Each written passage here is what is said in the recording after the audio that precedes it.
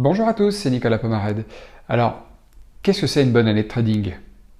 On a plein de définitions différentes. Moi, je veux faire 100%, moi 50%, moi 80%, moi je veux gagner 50 000 euros en trading, sinon c'est nul.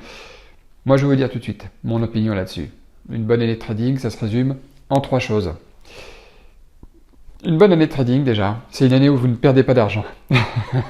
Parce que je vous dis, on pourra me dire, ah bah non, tout ça, c'est pas... Mais si, quand on risque des dizaines de milliers d'euros par an pour finalement finir flat, c'est déjà très fort.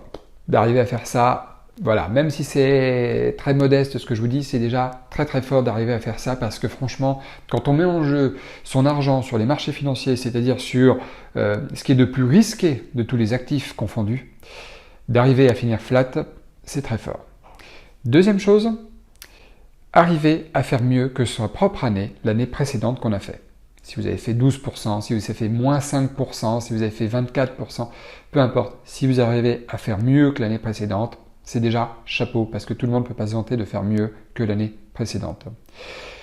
Troisième chose qui montre que vous avez fait une bonne année de trading, c'est si vous arrivez à faire mieux que les indices. Alors, tout dépend de l'indice que vous suivez. C'est sûr que si vous suivez l'indice CAC 40, c'est pas pareil au niveau des rendements, généralement, c'est pas pareil que les indices S&P 500 ou le Nasdaq, etc., qui sont des rendements historiquement plus fructueux que l'indice CAC 40, pour ne citer que lui, il y a aussi le DAX. Mais si vous arrivez à faire mieux que les indices, alors là, chapeau. Chapeau parce que c'est pas facile. Les indices sont la représentation des meilleures sociétés cotées en bourse composant l'indice. Donc, quand ces actions font des résultats exceptionnels et qui du coup portent les indices vers des rendements intéressants, si vous arrivez mieux à faire que les indices, alors là vous êtes vraiment très fort. Même si l'indice cette année a fait que, je vous dis une connerie, j'en sais rien, on est au mois d'octobre 2020, si cette année les indices ont fait 9%, 13%, j'en sais rien, et que vous avez fait mieux que ça, malgré le contexte très difficile qu'on connaît tous avec le coronavirus, et bien vous êtes vraiment très fort. C'est-à-dire que vous avez réussi à tirer profit des situations de marché plus avantageuses que ce qu'a proposé les indices. Donc, restez focus là-dessus. N'oubliez pas qu'une bonne année de trading, c'est une année où vous ne perdez pas d'argent.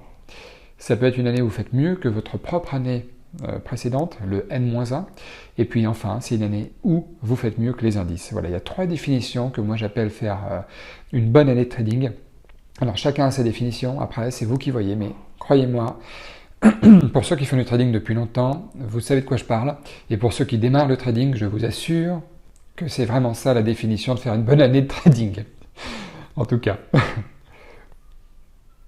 Bon, sur ce, je vous souhaite une excellente journée à tous. N'hésitez pas à me laisser un commentaire si vous avez des questions. N'hésitez pas aussi à vous abonner à la chaîne. Et puis moi je vous dis à très bientôt pour de nouvelles vidéos trading. Excellente journée à tous.